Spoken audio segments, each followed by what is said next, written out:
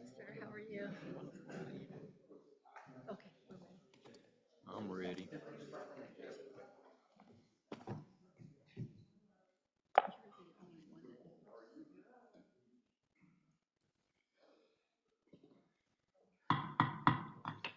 Good morning. I'm going to go ahead and call the board workshop to order.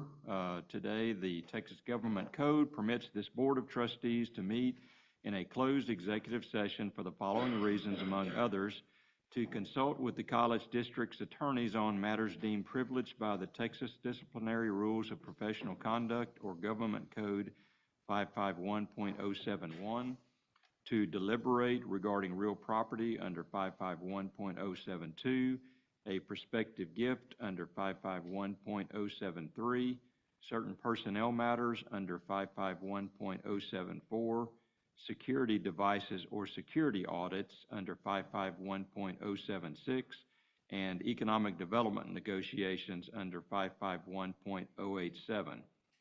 If the board meets in closed session, we will announce the particular section under which we will be doing so prior to initiating the closed portion of the meeting. Does not look like anyone signed up for public comment. I'm going to go ahead and first turn it over to Dr. Hensley for a few comments before we go into the presentation of an update of the district-wide master plan. Thank you, Chair Colcorst. Good morning, trustees and those in the audience. I appreciate your presence this morning. Trustees, I have some important things I'd like to share with you before we begin this morning's discussion. So I'd appreciate everyone's attention as I speak these words. On Friday afternoon, the coordinating board sent to us a projected report of our funding for this coming year. We were quite surprised to see that Blinn is projected to have a loss of $4.4 million. Staff and I have been working on this through Friday night, all weekend, and all day yesterday.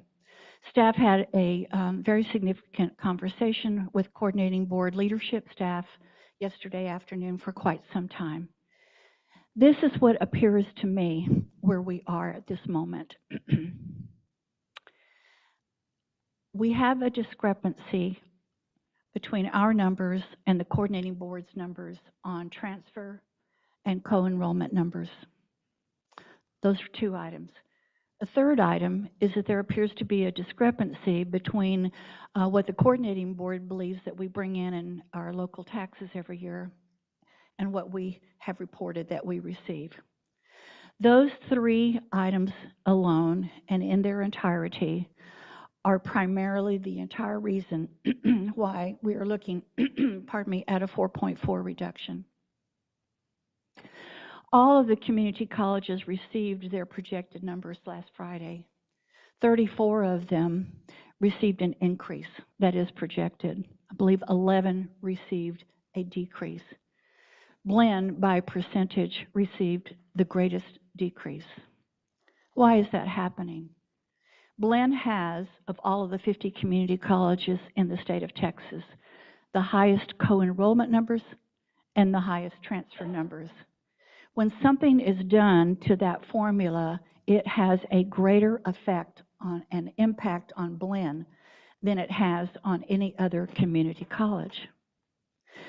When TAC, the Texas Association of Community Colleges, represents all community colleges in the legislature, generally they look at what is best for all or best for the most. Blinn has always looked at what is best for Blinn. And we have been uniquely different from every community college. That's why you remember in past years, we worked to change the definition at the legislature on co-enrollment and on transfer so that those numbers would count. Here's where we are, trustees. In April, you passed our revenue, which is our tuition. Tuesday, this coming Tuesday morning, we have already prepared for you, and it is literally ready to go to print, the continuation of our discussion from the last budget workshop. It includes the following: a 4 or a 5% option in salary increase, a $75 increase on adjunct per course, and a longevity pay that includes both faculty and staff on a tiered level. Normally, I would send the packet out tomorrow. We have to take another look at where we are now, knowing as of Friday afternoon that we have a 4.4 projected reduction. I can't tell you exactly where we will be on Tuesday morning when we meet. Please be assured that we are all hands on deck and have been working on this literally night and day since Friday afternoon late.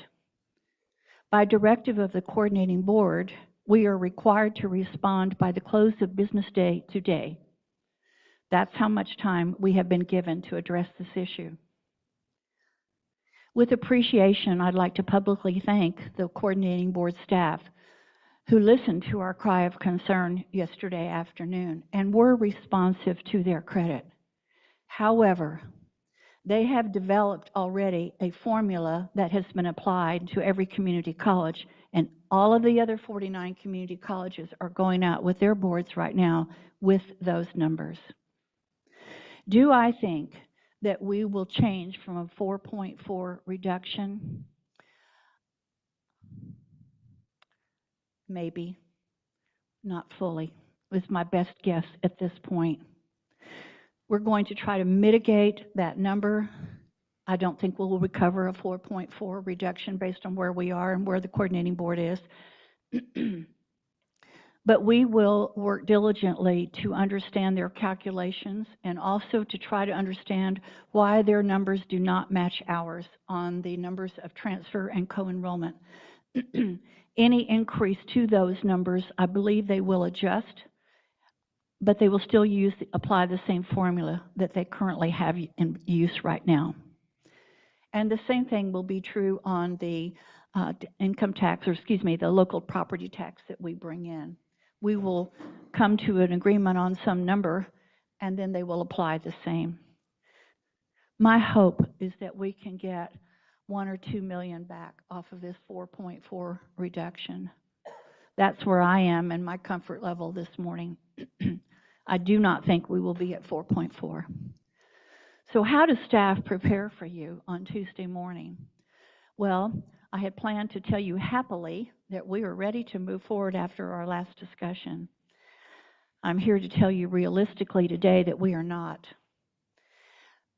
So Leighton, Clint, business office staff, and leadership and I will spend the rest of today in concert with the coordinating board to see what we can massage.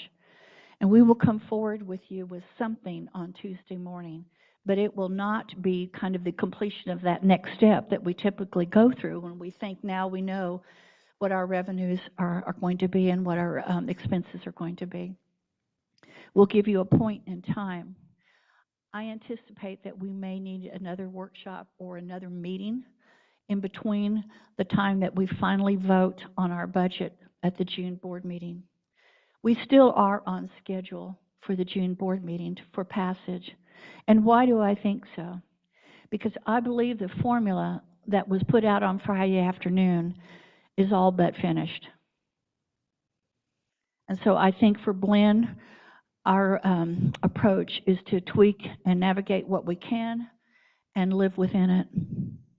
Now, according to the timeline, the final rules for the coordinating board will be implemented in July. But all community colleges were given their numbers on Friday for all intents and purposes so that they can complete the budget. So I don't expect much change. We have reached out immediately to our internal community and our external community where we have advocates that can assist on this issue. And we have their full support to see what we can do. I wanted to take a few minutes to share with you that Blinn College is in excellent financial shape. Since I have been here, and you know me well, I take a very thoughtful and very conservative approach to our finances. And in so doing, we have been able to build up quite a healthy and very much valued fund balance. And the thought for going forward in discussion this morning was to move you forward and bringing you up from our last October 2022 discussion on facilities and get your thoughts on where we might move next in terms of moving the facilities master plan along and what kind of funding might be available.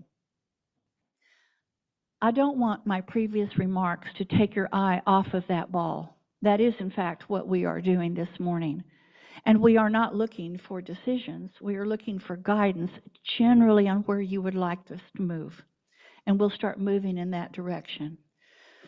So the majority of the discussion is going to be looking at picking up from October of 2022, recognizing that we have one trustee who was not here at that time, refreshing your memory on what those projects were, giving you some cost estimates that if we do those now and within the next handful of years, what that cost might be and how we might fund that.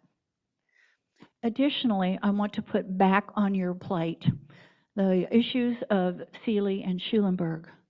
Not looking for decisions today on those campuses, but again, putting that on your forefront of where we stand on those two campuses and where that trend likely looks to proceed in the coming years. With that, I also would like to note that we have one trustee who would like to leave at 12 noon today. So trustees, I appreciate your time, and in my usual fashion, I'd like to summarize what I have just said and make sure that the listening audience, those in the room today, our very much appreciated and trusted and respected and valued staff who have done yeoman's work. I want to thank you all. Here's where we are, trustees. I'm disappointed that it looks like Blinn College is projected to receive a 4.4 reduction in money for next year. I would like for you to know that the coordinating board will be looking at numbers for not only Blinn but all community colleges and making adjustments effective next February. But we cannot bank on what we might get in reality as calculated next February. As your chancellor, I have to recommend what we have today. And I will do so as we approach this budget in the same consistent, thoughtful, and very conservative approach that I think has led us to a good place at Blinn College. Next Tuesday, I can't tell you what you're going to see. Hopefully, you will see a little bit of an update on our discussions with the coordinating board and if we think we have been able to make some adjustments on the funding of the $4.4 million. That would be my hope, but I don't know that we will even have that on Tuesday. Today, we will begin in just a moment with our workshop, and it's going to talk to you again about the just a flashback in time to where we were, and mostly focused on moving forward and getting your thoughts, keeping in mind that that is not operational money, that that is money that we have in fund balance and also ability to borrow, separate from my introductory remarks regarding the operational budget. And then at the end, I'd like to just have you kind of refresh your memories on where we are with Sealy and Schulenburg and the trend line that I think we are looking at for the coming years in those locations. I'd like to also acknowledge that we have guests both in the audience and on the video who will be visiting with you today, and Dr. Burton will introduce those individuals at the time that they are ready to enter into today's discussion. This is a workshop, trustees, all discussion, all open. I appreciate your time this morning, Chair Kokhorst. I thank you, trustees, for your kindness in listening to my remarks this morning. I assure you that I will keep you exceedingly in tune and updated on where we are. And I beg your patience with the unknown that we will be presenting to you on Tuesday. With that, Chair Kokhorst, I'd like to go ahead and ask Dr. Burton to come forward. Can I ask one quick question? I purposely didn't open it up for questions, but I'm happy to do so. And let me just say this. I don't want us to get into a discussion on my introductory remarks too much, because it is a point in time. It is 10:15.02 seconds this morning, and I've told you what I know at this moment. We will know more at the close of business today, and we will know more on Tuesday. And I can go into much greater detail on the why of these calculations. But I think this moment, I will certainly welcome questions, but I think we'll have more information for you. I just wanted to give you a snapshot of here's where we are. And so with that, yes, I'm happy to answer any questions. This is just a very quick point of clarification for the board. So we initially had projected roughly a $7.8 million increase in funding from the new formula. Is the 4.4 off of the 7.8 or 4.4 off of our historical funding? Excellent question. I'll go ahead and Leighton. Would you respond, please, Leighton? Thank you, Chair Kokhorst. The base of the budget that we assumed for state funding was $26 million. That is the amount we received in FY23, so last year. That was the amount we received before House Bill 8. This current year, we received an additional roughly $7 million in state funding versus 23 versus 24. Okay, so I'm going to lay that out for you. So when you've seen in the FY25 budget impact an increase of appropriations of $6.2 million, that was over $26 million. That was based on $26 million and then assuming the same increase we received this year for next year. So the base of that budget is still $26 million plus the 6.2. So what we're projecting to receive in this next upcoming fiscal year is roughly $27.8 million is what we're projected to receive from the state in FY25. So that's how those numbers kind of work together. So That's what that is based off of. Okay. Any other questions at this point, trustees? All right, let's refocus. It's 10:17 a.m.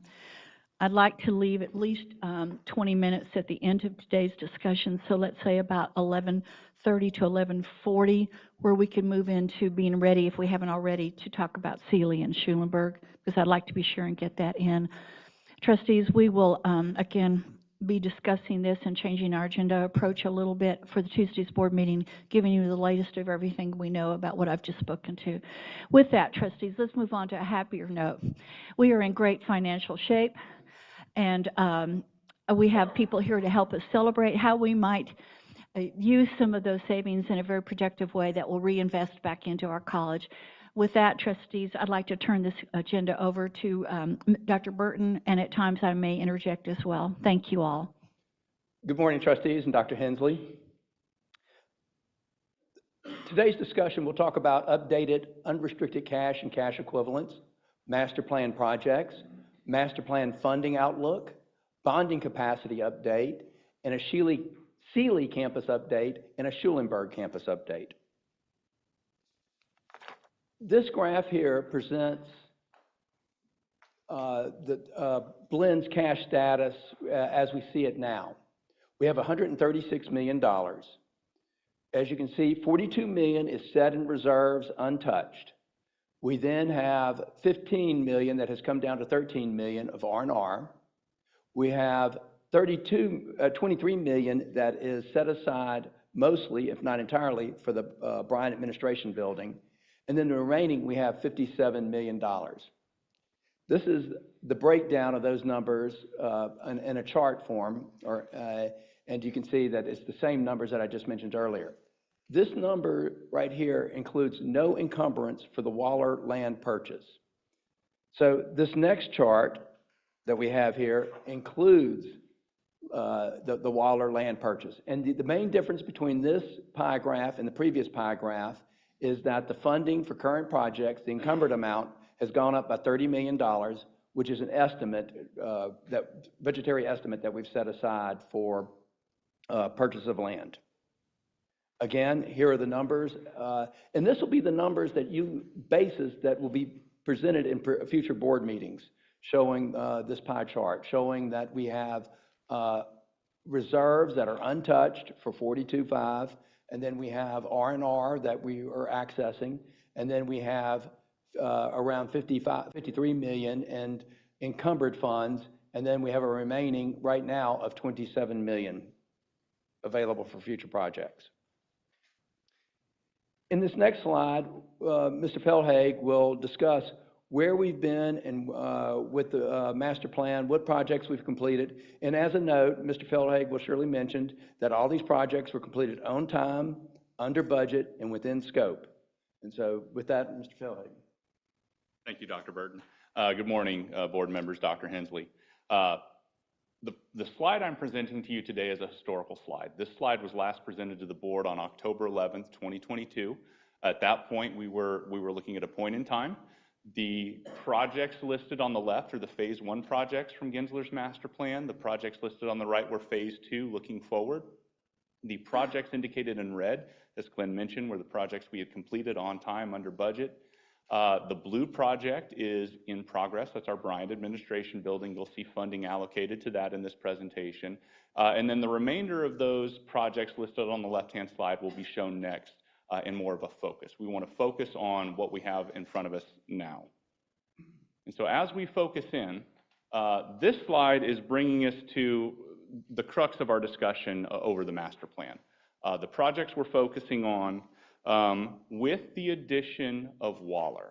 You can see the master plan, Gensler's master plan did not assess the development of Waller. So with the addition of land acquisition in Waller and some options for building in Waller, we want to bring that to the board for discussion today. So I'm going to go through these projects and just give a verbal description of what they are, update the board on what we're looking at. The first project is pretty simple. That's our Bryant Administration Building. You'll be getting an update on that at next week's board meeting, so you'll get to see some pictures and where we're at there. We're well underway, and that project is looking good. The next item that's highlighted, these are the Waller projects, previously not indicated in the master plan, but we're beginning to plug them in. So for the land acquisition, for that potential land acquisition, we have budgeted up to $30 million. You all are aware of that. The next project, I want to put a little clarification. This is the Brenham Campus Central Plan upgrades. That was indicated in Gensler's master plan, but the last time we presented this to you, it was rolled into a combined project with the academic building. So the academic building and the central plan upgrades, because of the timing and what we were looking at that point, we felt that we could do those together. Since that time, and because of the need to look at the central plant, we have broken that out. There is a higher need to look at the central plant. To give you an example, we have 4 chillers in our central plant. 2 of those chillers are 35 years old. We have an aging facility, and it's in need of us to focus on it and maybe have focus on that before we get to the Brenham Academic Building. That's why it's been broken out as separate. The next 2 projects we're talking about are options for Waller. And this is just to begin a discussion on what we should do in the Waller area pending land purchase. The first option we wanted to bring up, there's been discussion of a need for workforce in the Waller area. We are showing an option of an approximate $18.5 million facility for workforce in Waller. The way that we arrived at that is we looked at our most recent workforce type facility we did on the Texas A&M campus, the Ag and Workforce Building, which is about a 38,000 square foot building we did in partnership with A&M. We looked at the cost of that and somewhat escalated it and right-sized it to be more to our fit. I will say, and I'm going to take a bit of an aside on this, these projects and all future projects, anytime we assess these projects, these are rough ballpark numbers at the moment. Should the board want to proceed with any of these projects, we would need to hire a designer, fully program those buildings, and come back to you with a budget from that architect. These, again, are ballpark numbers that we're bringing to you just for our discussion today. The next building that we want to present to you is an option, again, in the Waller campus, would be an academic building. And to assess this building, we looked at the size of the Schwartz building, an 85,000 square foot 4-story building with all the lecture classrooms, the science labs, all the other accessories that you would need in a full academic building. Basing that on current construction costs we're seeing, not only what we're doing at the Bryan campus, but we've talked to some of our contractors in the area that have built recently in the Prairie View area. We are estimating that building could be $60 million plus for an 85,000 square foot academic building in the Waller area. So those are a couple options that we want to put on the table for discussion, and you'll be seeing some scenarios. Dr. Burton will present some financial scenarios shortly. The remaining projects on this list are projects that were identified in the master plan. Again, these were numbers that Gensler presented in the master plan.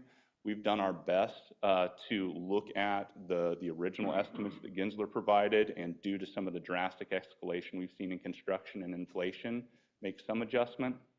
But again, should the board want to proceed with any of these projects, we would want to program those and get better numbers from our design teams at that time. That first project you're seeing there, and again, these are just put in order. These are for discussion and prioritization from the board.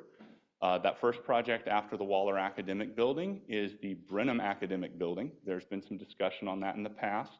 That discussion revolved around Gensler's master plan indicating that we should tear down the existing academic building and build this on its footprint. There's some concern that that could be problematic on where do we teach those classes. It would certainly, if that was a direction we decided to go, it would certainly be an endeavor to look through scheduling and find vacancies throughout campus, work with the registrar's office and the academic folks to make that work. So that would be a task if we did that for the academic building. Other conversations in the past on the academic building would be, could we tear it down in phases? That could pose some potential issues on being able to teach in that building while we built a new building adjacent to it. How would we keep it operational? Could we renovate it? Very similar discussion to one we had earlier this year on the dormitories. A major renovation, you still have an older building with some older issues to it. And then, of course, there's even been some discussions on, do we just find a new home on campus? Could we build it on another location on campus?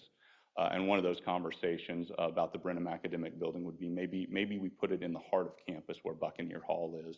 In the master plan, that was indicated as a home for the data center, but possibly we could combine the data center and the academic building.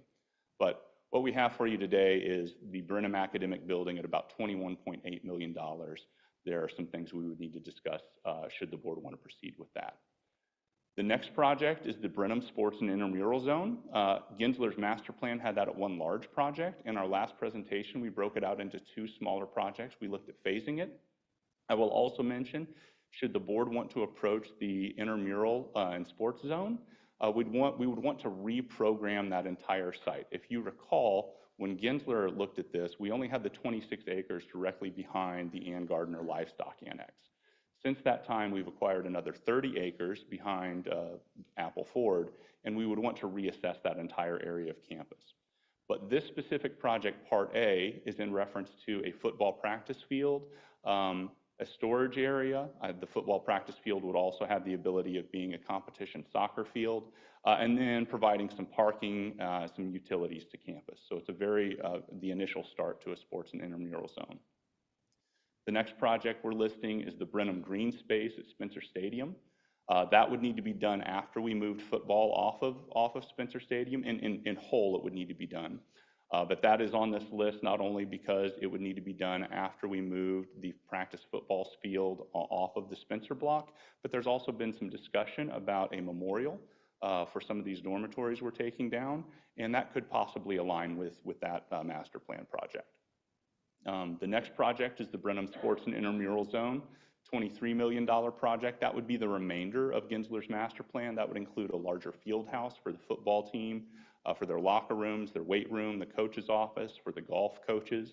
It would include a competition softball field, offices and locker room for the softball team, a putting green, the remainder of the development, and of course with the growing cross country, maybe cross country is enveloped in that as well.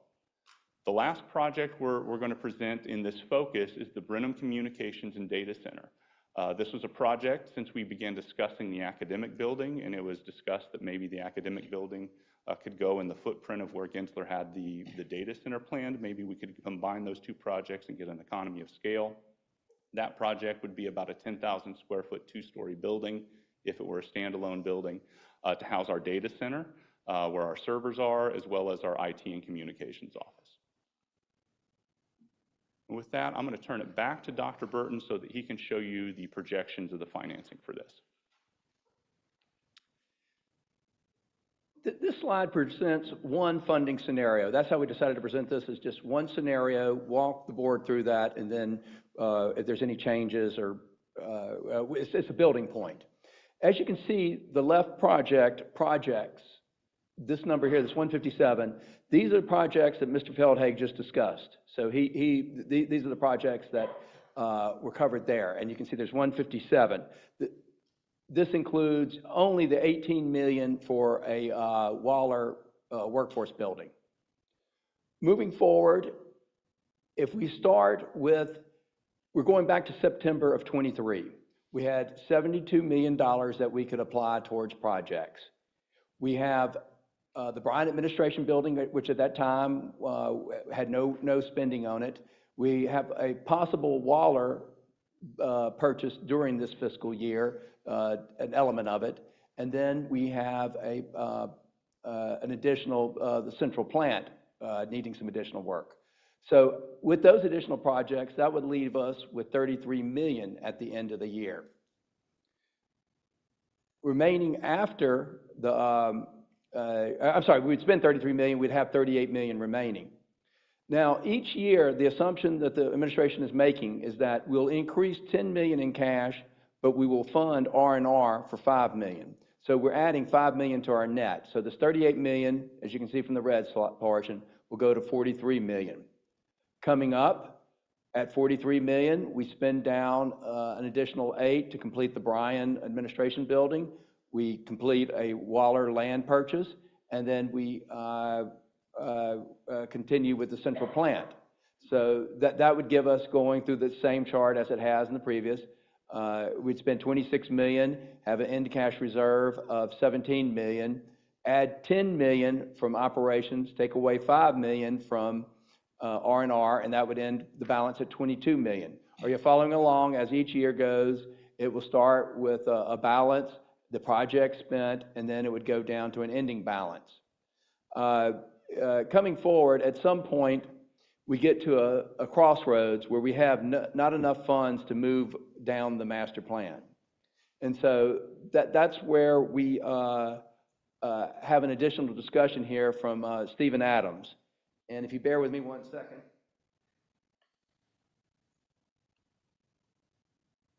Mr. Adams has worked with Blinn for the last 20 years. He has worked as a financial advisor since 1989. He has assisted numerous clients on finance infrastructure. Mr. Adams has a Bachelor of Arts in Economics from the University of Texas. He is a master's degree from Texas A&M, so he leveraged his. He is also a chartered financial analyst. He is assisted here with Mr. Jason, who has over 20 years of industry-related experience in public finance and secondary market transactions. He has served as a financial advisor since 2009. Mr. Jason has a Bachelor's of Business from Texas Tech and a master's degree from the University of Dallas. So going forward, I will let Mr. Adams take over the presentation from here. Thank you, Glenn, Board, Chancellor. I want to start a little bit about kind of how we started on all of this. And right when we started working on this, Standard & Poor's changed their methodology on how they rate colleges. One thing that we didn't have on our resume was Paul used to work at Standard & Poor's and still has a lot of friends there. When they put that methodology out, we took it and we compared it to everything that was going on here at Blinn. We worked with Vicki and Clint, and we got them to change how they viewed Blinn College within their new guidelines. And the real simple part of that is they basically look at junior colleges or community colleges in the county where their taxing jurisdiction is. That just doesn't fit here. I mean, your students are from all over the place. Your colleges, your campuses are in other counties and perhaps even growing. Net result of all this, along with all that cash you have, Blinn was upgraded from the A category to the AA category. Is currently rated AA minus. That is a very significant in terms of the cost of your debt. So we took that from A1 to AA minus into account when we ran all these scenarios and we ran all these capacities. The capacities that we ran took a lot into account, including your projected cash flows that we got from Clint. The primary issue I have with presenting this today is two things. One, I think our cash positions just changed and our revenue assumptions just changed, and we have not taken that into account and have not taken that and had that opportunity. So we need to update all these numbers. So when we tell you right now that we thought that you had with level debt service, a capacity of $28 million in new money debt and $33 million with wrapping it around your existing debt, and that's using 7% of your revenues. Well, we know your revenues just changed. So we need to rerun these numbers. Same with if we use 10% of your revenues. So the capacities that we have here, where we say the above analysis is based on 132 million in available revenues, you know, I think that's probably more like 127.6, give or take. So we need to rerun all of our numbers. And the only thing that we would, as we run through this, kind of show you the debt service that we had on a graphical basis that's now going to have to come down. As you move forward with your capital plan, the reason you have that AA rating is your cash position. So we would like to have the opportunity to work through your plan again, look at your cash positions, what we expect when we sell bonds, take into account the interest rate on the bonds versus the interest rate that you're earning. And I think so for example, we're assuming a 4.75% on this particular bond issue. You know, I think you can maybe make that much with your cash that's sitting there and take those interest rates into account. So we might advise you to flip how you fund these to sell debt now, keep your cash, make those investment earnings, have that cash on hand when we're talking to the rating agencies, as opposed to running your cash down, now selling it when you're in a low cash position. Furthermore, it looks like debt may be your low cost of capital option, because when you're spending cash, you're basically borrowing at the rate that you can invest that cash at. We don't know what's going to happen with the investment rates in the future. They could go up or down. And so we would watch that each and every year. If they go down to 2% or 0.2 like they did in the 20s, we should spend that cash, because it's not making anything. So this, to us, needs to be a dynamic presentation, and needs to, in my mind, start over after this morning, or actually Friday, and come back to you at a later date when you come back with your other budget credentials, because we just don't think these numbers are correct anymore. So I'd be glad to answer any questions you have, and I apologize that we can't really give you any useful information today.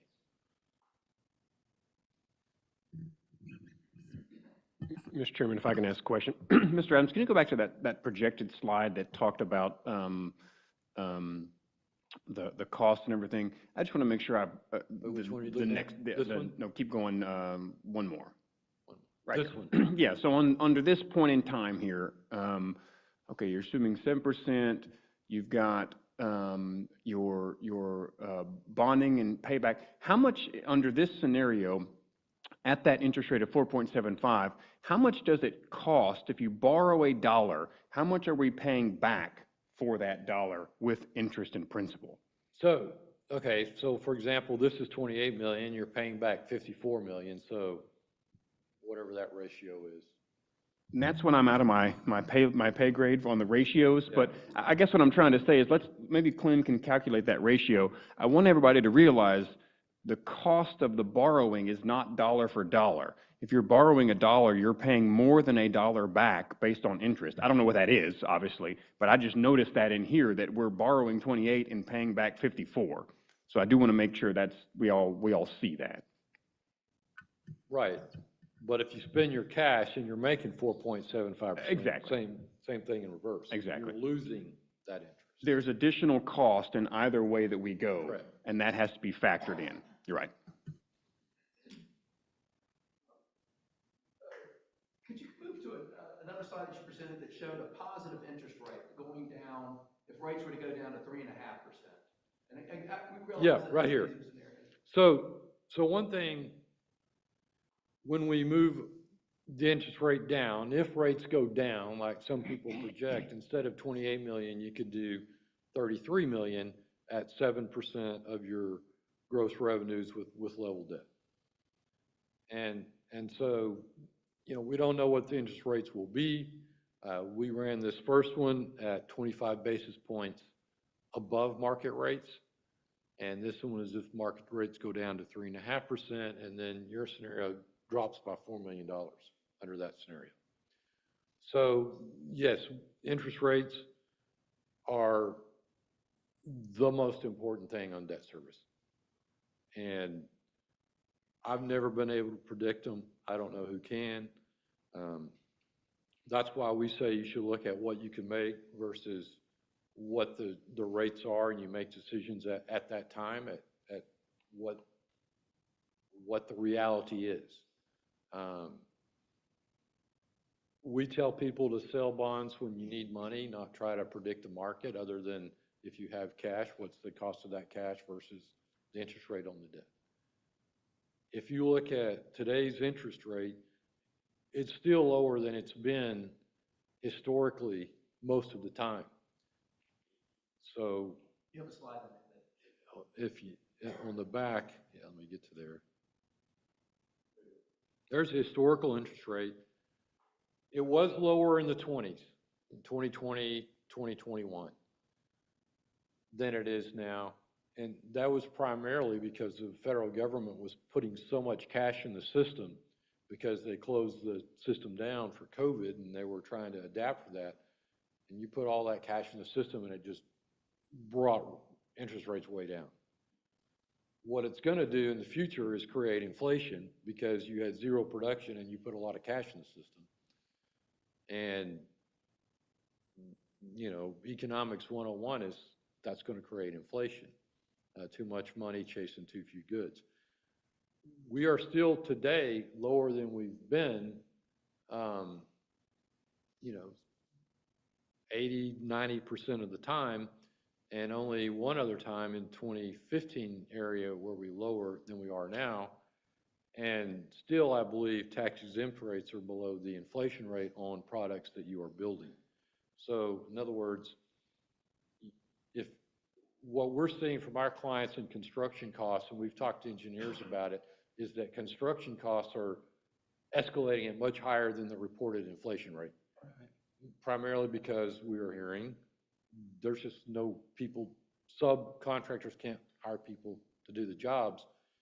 So we have clients that are pushing projects up because they feel like they're going to cost 10 or 15% or more in a year or two, or in some cases it's been far more than that. Hopefully that won't continue, but that's what we're seeing right now. We have water utilities that are telling us we want to just start now and get everything done, because if we wait 2 years, that pipeline could be twice as much in some cases, looking 2 years backwards. So that's a lot to digest. I'd be glad to answer any questions. We hope we can come back to you with more concrete information after we work with Clint and his staff and update the pro forma. I know there's going to be changes on the expense side as well. So we'll try to take everything into account once that's done and get you more concrete numbers. But, you know, when you look at $4 million and you look at your current debt service is $7.4 million, you're losing $4 million out of the budget. That's going to have a significant impact on your moving forward capacity. You're very fortunate. You have a lot of cash, a lot of liquidity, so you're in great financial shape. So I just think, you know, moving forward, we need to calculate, look at plans, figure out what's the best and most efficient way to move forward with your capital plan, you know, without harming your investment grade high credit rating. So, trustees, in a moment, I believe we're going to hear from our Valley View representative.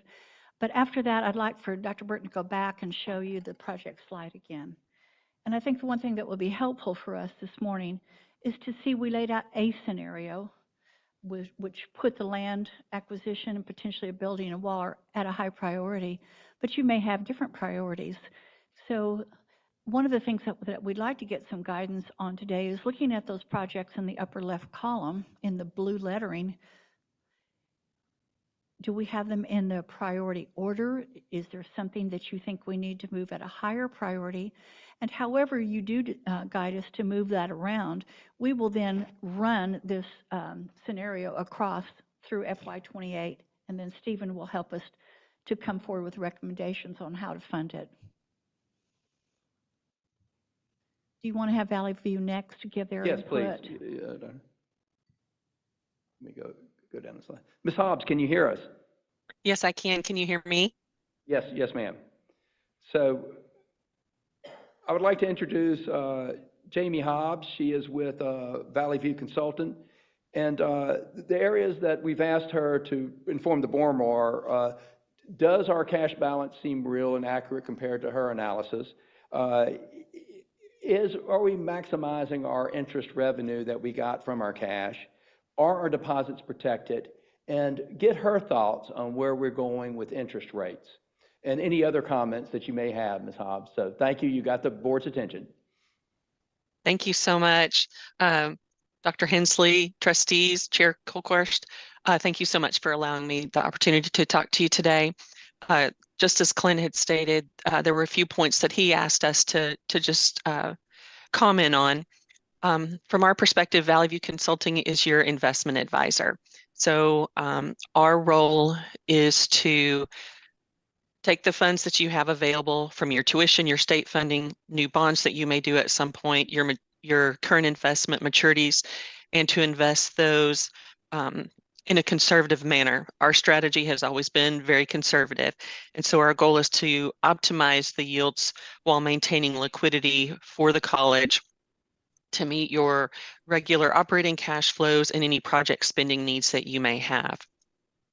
So from a dollar perspective, we work with Dr. Burton and the finance team each month and accumulate statements and come up with reports totaling the investments. And so for March 31st, 2024, the $136 million is a very accurate and reasonable value based on the statements and reports that we're able to produce for the college district. Another item that we actually do assist the college with is helping you in maintaining collateral to protect those investments. You're required to maintain certain levels of collateral with your different providers. And so we monitor those and help the finance team monitor those on a monthly and quarterly basis to make sure that you have sufficient coverage of collateral to protect those investments. Excuse me. From, I think the last point that Dr. Burton had asked me to discuss was kind of our perspective on where we felt like investment rates were going. Everything right now that we're monitoring for investment rates has to do with the actions that the Federal Open Market Committee will be making. All of their actions are related to trying to get inflation under control. Right now, inflation, they would like inflation to be at a 2% level.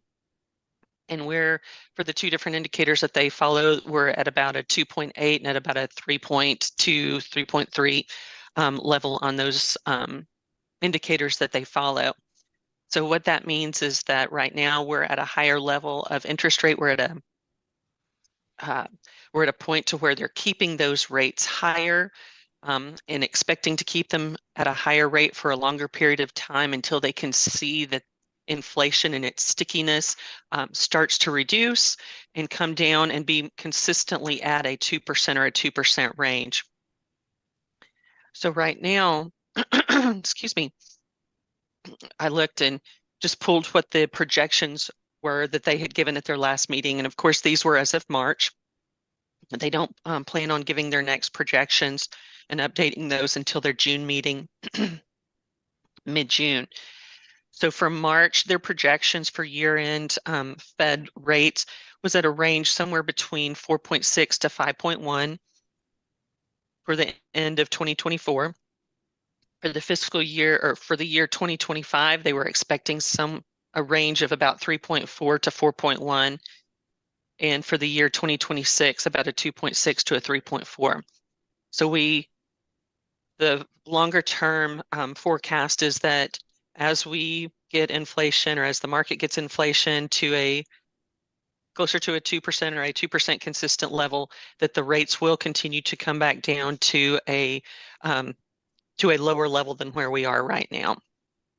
So overall projections for interest rates will be decreasing.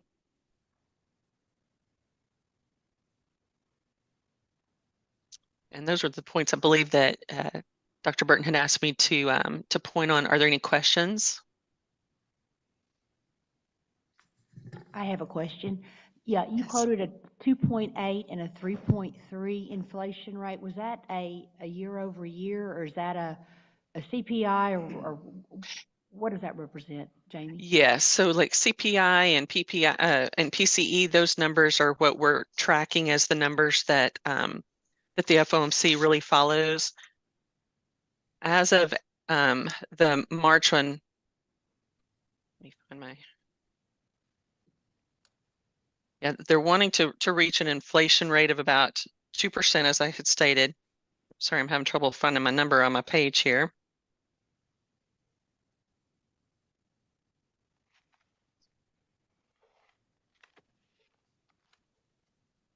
Yes. Okay, so core CPI was at a 3.2 February from the previous month. And then the core PCE, and one of the things that they follow closely, was at a 2.8 year over year from February. So they are year over year numbers that are being monitored. So those are personal consumption expenditures, and then the producer price indexes that are watched to make the decisions that the FOMC ultimately does.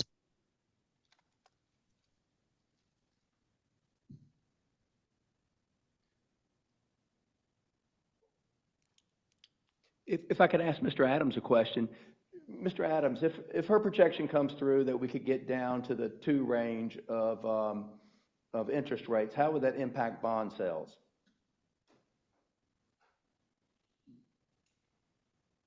Yeah, I think just correct me, when you say T range, you're talking about the short-term end of the curve, right? Correct. Yeah. So For investments. in theory, if that happens, that means inflation is low.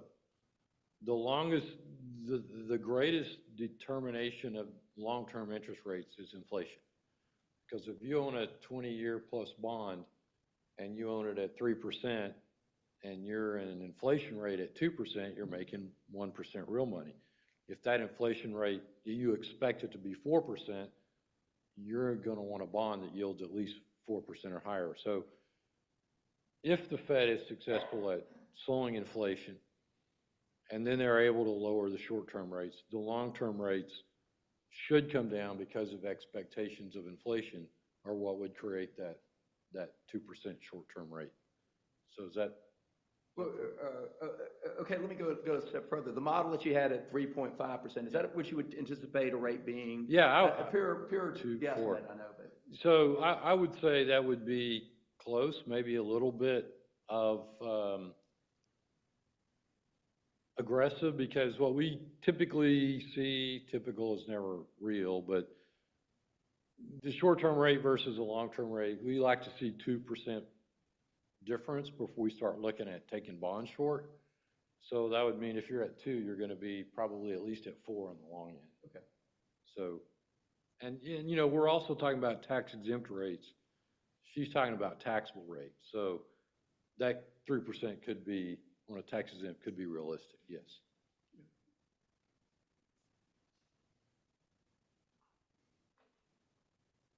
Any additional question for Ms. Hobbs? I have one, but it's actually for Mr. Adams.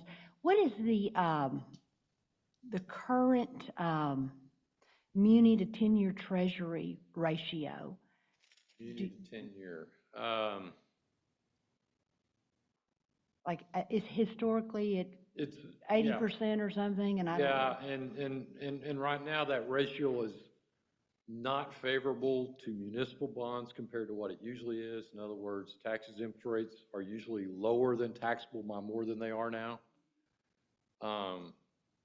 Hopefully, you know, in theory, that adjusts over time so that the tax exempt rate is lower than the taxable rate by one's minus the tax rate.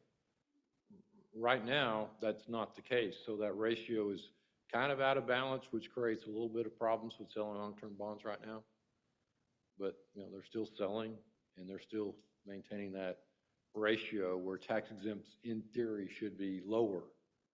And so kind of to the point, the entire 1986 tax law was written assuming that you could sell a tax exempt bond for 3%, reinvest it at 5%. You've got all these arbitrage rules and everything right now, and right now that's not the case, to your question.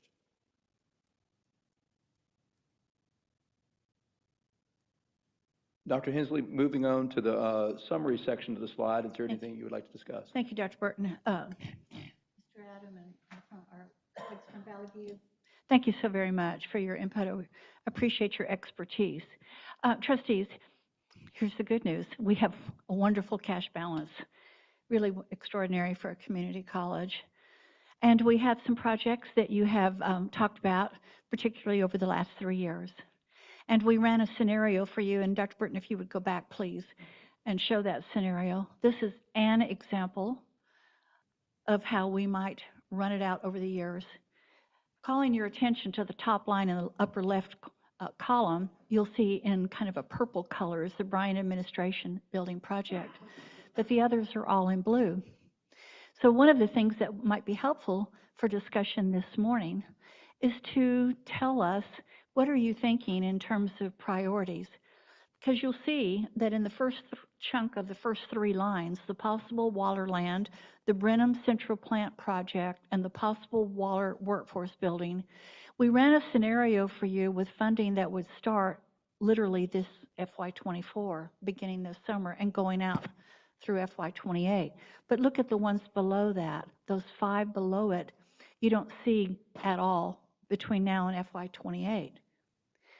Is that what you would like for us to do in terms of priorities? Would you prefer that we move something else up to a higher priority?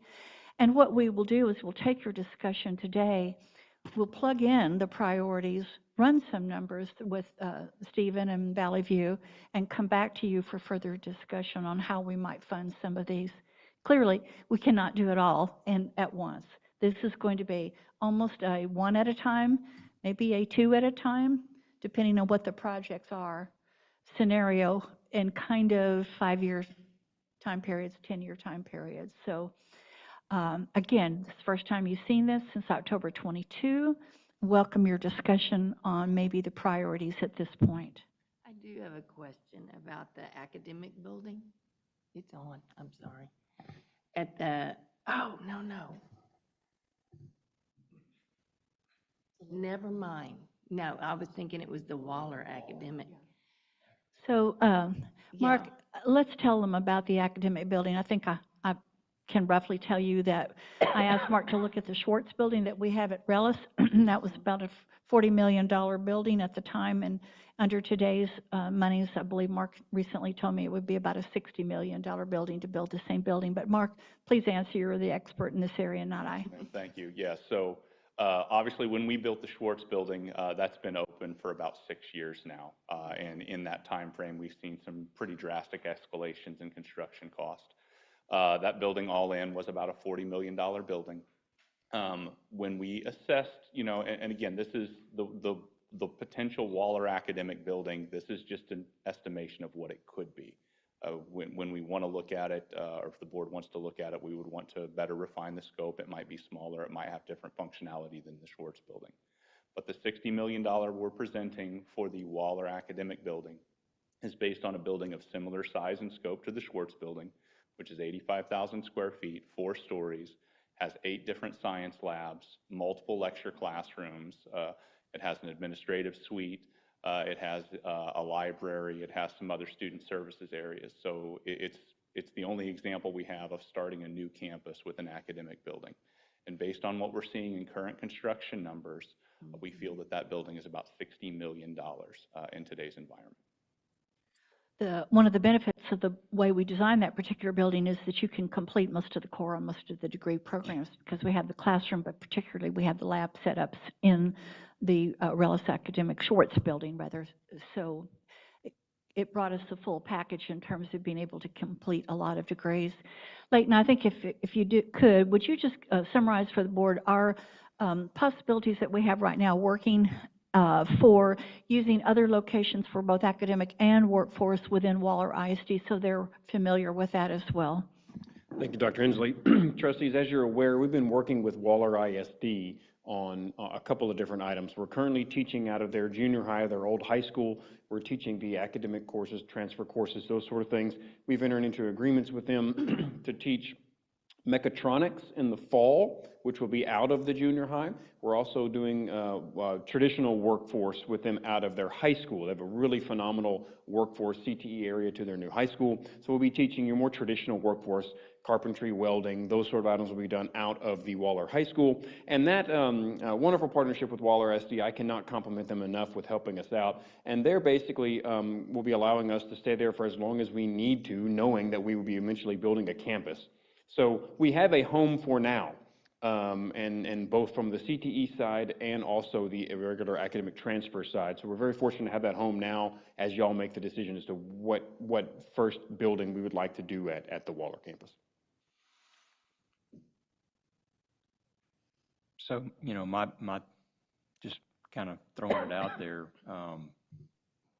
my thoughts or opinions are that we need to be looking towards where we can get additional growth and revenue for Blinn College as our priorities.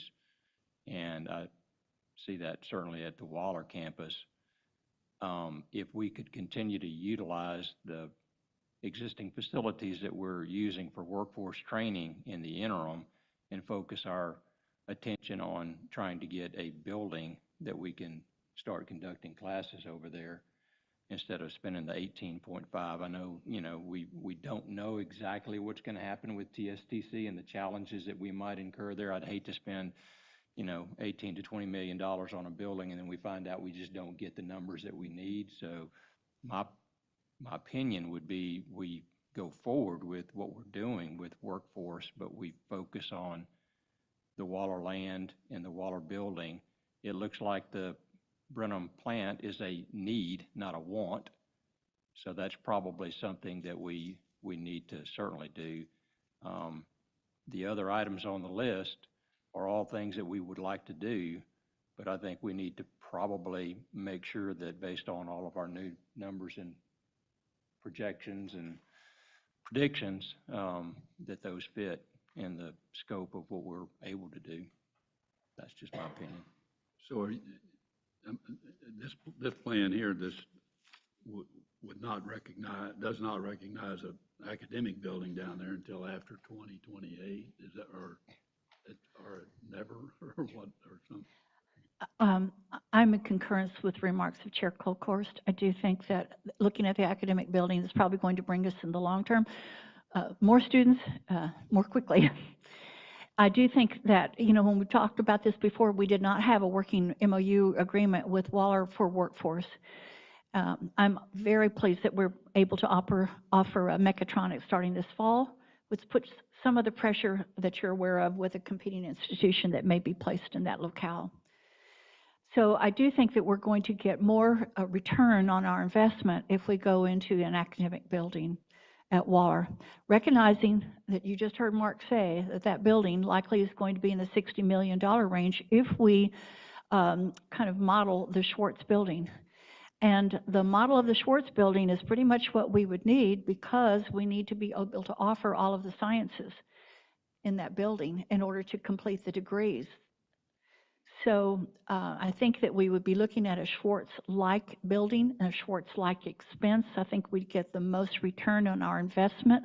I think that we have an arrangement right now that works with Waller ISD, where we can offer credit courses in the evening at the junior high school, and most of our enrollment right now, it's slightly over 200 students, is dual credit.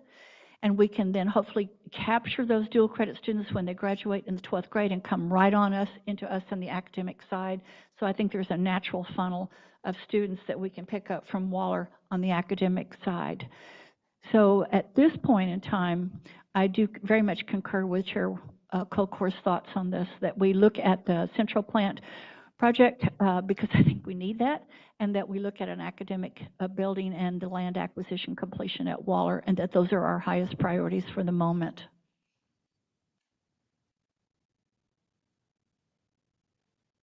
Dr. Hensley, if I, just to say that basically we would rerun this schedule, swapping out the 18 million workforce building for a $60 million. Essentially, that is correct, Dr. Burton. Again, I welcome the comments from the other trustees. We've only heard from one, and plus myself, and I welcome your thoughts of either agreement or no, you'd like to see us perhaps go in a different direction. That was actually my initial question, but when I look back, I'm like, it says Brenham Academic. I didn't understand why it wasn't on there. So I agree. I think We that did would it, be- the reason you don't see that academic building is because we've been talking to you about a workforce building. That's one. Two, because the price is 60 million as opposed to 18 million, and we wanted to come in slowly on this and let you kind of get used to the costs that you're looking at on this. And so if you're in agreement on this, again, I welcome other trustees to say so, and then I'll wrap up on where I think we need to move forward. Just Mr. Chairman, I agree totally. I think we need to, we need to tend to as many students as we can get, and so I think this is the way to do it. I would ask, I do think, and I understand, I don't know all the background totally on the workforce thing, but I think we need to be prepared to deal with that also, though, if we need to, if that's what it requires for us to maintain our position down there. I agree, Trustee Mosier. Workforce is very important. It's very important. It's a growing interest of Blinn. It's very important for that community. All of that is still a process in motion regarding the topics we discussed regarding workforce leading us up to this moment, those are all still in play. Have a slight update, but I don't want to say anything publicly about that right now. So again, I will just reiterate that if the board is acceptable for the following: the completion of the Bryan Administration Building, the possible completion of the land acquisition at Waller, the Brenham Central Plant Project, and moving forward with an academic academic building in Waller along the lines of the current Schwartz building that would allow us to complete the degree programs. And I emphasize again, that means that that's a more expensive building because it has the labs in there for our sciences, which we have to have. And then we will continue as we develop potentially designs for this and building steps. We will do the following. We will have Stephen and certainly Valley View monitor and come back to you regarding how we might look at funding this. And you heard some options today, you heard some staggering numbers, and you heard some possibilities, but all doable. We will continue our partnership gratefully with Waller ISD, which will allow us to continue operating both credit courses for non-high school students as well as for high school students. I'm hoping also that that waived tuition and fee may bring in some more students from under dual credit, and that will help us again in that Waller area. And I haven't said this, but I have told our team this. I'm very much protective of our bond rating. We went up 2 steps. And I'd like to keep it that way if at all possible, because that helps us on the cost that we're going to return in paying out on interest if we can keep that up there. So again, I'm summarizing, Chair Colkhorst. If maybe we should approach it this way. Does anybody feel differently with that summarization? You had a comment or a question? I was just going to make a comment. On the workforce, we do have the facilities here in Brenham and in Bryan. And I think if we want to try to saturate that market, just heard something yesterday on public schools, how they're going to be losing their COVID money. They may be laying people off and losing some staff. I do think we can pick up numbers and enrollment from that. We will probably just have to make a real focus on doing that for workforce and getting that started. So, and we have a possibility of lease facilities perhaps in Waller for workforce if we needed to do something like that. So just a comment. Right, and regarding lease facilities, since you mentioned that, Trustee Keller, we're not looking right now at a lease facility for workforce at this moment. We have looked at it over the last few months, but right now we are looking at an office space lease. And the reason why is because when potential customers come of interest to Blinn and they come onto the Waller site, they have to go through identification process for security purposes, as you do at any K-12. And if we could have an office location somewhere where you could just be very easily open to the public for come and go with some advising and so forth, that would be easier. And so we are already looking at some spaces over in Waller. Mark is, I've asked him to do that, or we can open up an office space there as well. So just to summarize, on the lease part, we're probably looking at office space, perhaps not on workforce space, since we are able to put in the mechatronics, which is the one that we're most concerned about, and some of the other workforce programs, either at Waller ISD using their facility in the evening or at our junior high location. I believe that's where we are at this point in time. Please correct me, Mark, Glenn, or Leighton if it's otherwise. Okay, affirmed. Mr. Chairman,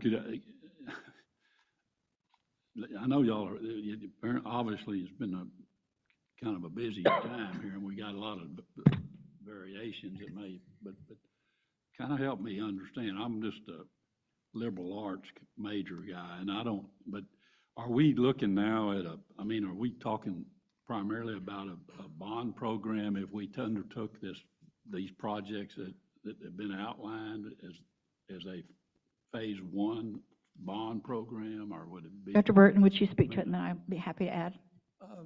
Looking at this financial model that we have, we took that 18 million and replaced it with 60. And I'm going to ask Valley View and Mr. Adams to be on standby here. There is little opportunity, little way we could do this without some sort of bond financing coming forward. And if y'all want to add anything to that, that's changing the 18 million to the 60 million.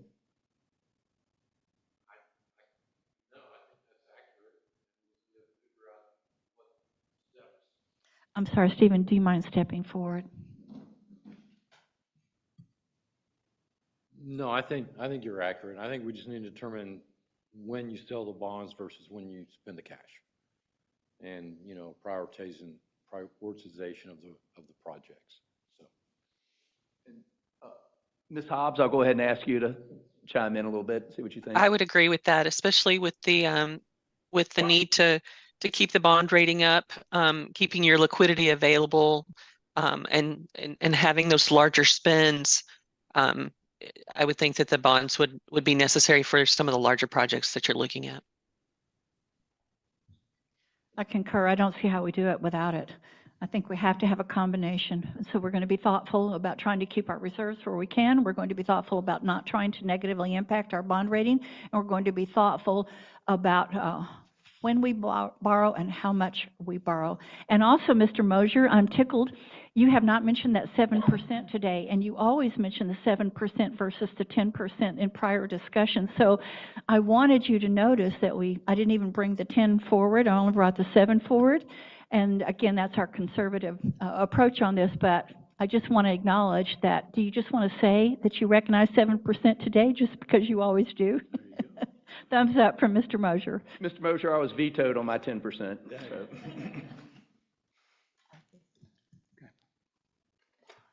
Trustees, I'm going to summarize then. Excuse me, if you go back to the previous slide again, one more time. Quick summary, Bryan Administration Building. These are our priorities. Completion of the Bryan Administration Building project, possible land, Waller land, a Brenham Central Plant project, and an academic building along the lines of the Schwartz building are our most immediate priorities. Everything else will drop to a secondary priority and further out in our timeline. We will be looking at a combination likely of some monies as well as bond, and Stephen will come back to us and lay out for that how that will proceed. We'll try to do it sooner rather than later, so I'm looking at FY25. 24 is for the land and for the Bryan administration. And the central plant, we're looking at starting that perhaps this summer with a little bit of FY24 money. And the building and starting in FY25 and beyond, we'll have architectural fees, design fees, and so forth that'll start kicking in. But we'll get all of that activated very promptly. We'll come back to you very soon on all of this. Do I have this summarized correctly? Is there anyone that disagrees with this outline? I was having one quick comment on this academic building. I agree it's important, but I also think we need workforce as well. So I don't think we need to just concentrate on building just one big academic building. If there's any way we could incorporate some workforce in there as well. We don't want a Maynard campus just sitting out there with nobody there. We want a campus that's being used, and we don't know what's going to happen with higher ed, and it seems to be moving toward workforce. So I just would like to see if there's any way we could, when we program that building, think of doing it a combination. So that's my 2 cents. Thank you, Trustee Krausen, and that would, of course, be our approach. Again, just to remember one more time, and we will have classroom space that will be non-specialized that we can put workforce space in there. So if it's pharmacy lab or something that doesn't require specialized equipment and facilities, then we can certainly put those courses, and we do to some degree right now. Health science is not on this venue right now, but keep that in your thoughts, processes in the back. But Trustee Krausen and trustees, for those that are going to take specialized facilities such as welding, HVAC, construction carpentry, the mechatronics program, those will need to be in what we are currently using as our junior high school. We think we can get that in there, plus we're using the Waller ISD facilities that have those programs already. And we can use their facilities and their space and not duplicate, but put our courses in the evening and after hours. So it's going to be a combination. All right, I do completely thank you all. It is now 11:16. Chair Cole, of course, if it's all right with you, we'd like to touch base a little bit on the Seeley and Schulenburg scenario. Again, this is a refreshing of where we are, updating you on our numbers, and since we have not discussed this since October 2022. I'm not looking for recommendations or decisions necessarily at this point in time. I am going to tell you, however, that we're going to lay this out for you today, and I do think that around January-ish of next year, we need to have a deeper discussion about Seeley and Schulenburg. Thank you, Mark. Thank you. So Again, this is very similar to a presentation we gave in October of 2022. We've updated some of the data to make it more current data, but we'll run back through this presentation. So we're going to be looking at an environmental scan, we'll be looking at the facilities and enrollment forecast, headcount and staffing, course offerings, a financial analysis for each of these campuses, some SAC COC requirements, as well as pros and cons, master plan options and next steps. And Leighton Schubert will also be coming up to talk about some of those items at the end of this Sealy as well as Schulenburg presentation. So to remind us, our Sealy campus, we are in a retail center, a storefront center, just off of 10 there in Sealy. We have been there since August of 2004. It's about 10,500 square feet. We pay about $5,200 per month with a CAM of $850. That is an annual lease. Our current annual lease ends in August of 2024, and we are currently in negotiations for an extended annual lease with the need to give a 60-day notice. I'll turn it over to Leighton for the rest. Thank you, Mark. Trustees, just a little update here. A lot of these slides have been updated since the last time we talked about this. The slides you're looking at currently is from the original Gensler master plan. They did projections for all of our campuses enrollment forecast. Really the item I want to point your attention to is right here at the bottom. They've got a projected annual growth rate between 2019 and 2040, and for the Sealy campus, they're projecting an overall growth rate of 0.21%, or literally 6 enrollment increase during that time. So that's a fairly flat item. I know Steve and Adam's in the leaving. Before they want to leave, I want to commend them for all the great work they do. They have, Stephen, I don't know if you guys remember the last time we sold bonds. He was tracking that interest rate like by the hour, and when it dropped to that ultimately low rate where he was, he like hit the green button, or maybe it was the nuclear red button. I'm not sure what the color of the button was, and he sold those bonds at the lowest interest rate I think we've ever sold bonds for. So when Stephen says he's going to balance the interest rate that your investments will gain versus the interest rate your bond will be, I have full confidence that that will happen to the second. And so thank you so much for all that y'all do, Stephen. Thank you. It's good to see you, Paul. And just to note that Valley View can drop off also, and we very much appreciate their expertise. Thank you. All right, trustees, so that's where I wanted to point out the Gensler Master Plan did basically a flat enrollment projection for the Sealy campus. Now let's look at some hard numbers. These are actual numbers we've experienced. At the very top of that page is going to be the student data. You're going to see, looking at the fall column, you can see that drop from FY20 through FY24. And so you're going to see a corresponding drop in the semester credit hours on the right side of that screen. So that is a steady drop regarding the head count at Sealy. On the middle of that page is the employee data. You'll see in FY22, or the fall of 22, there were, from the faculty side, 2 full-time and 3 part-time.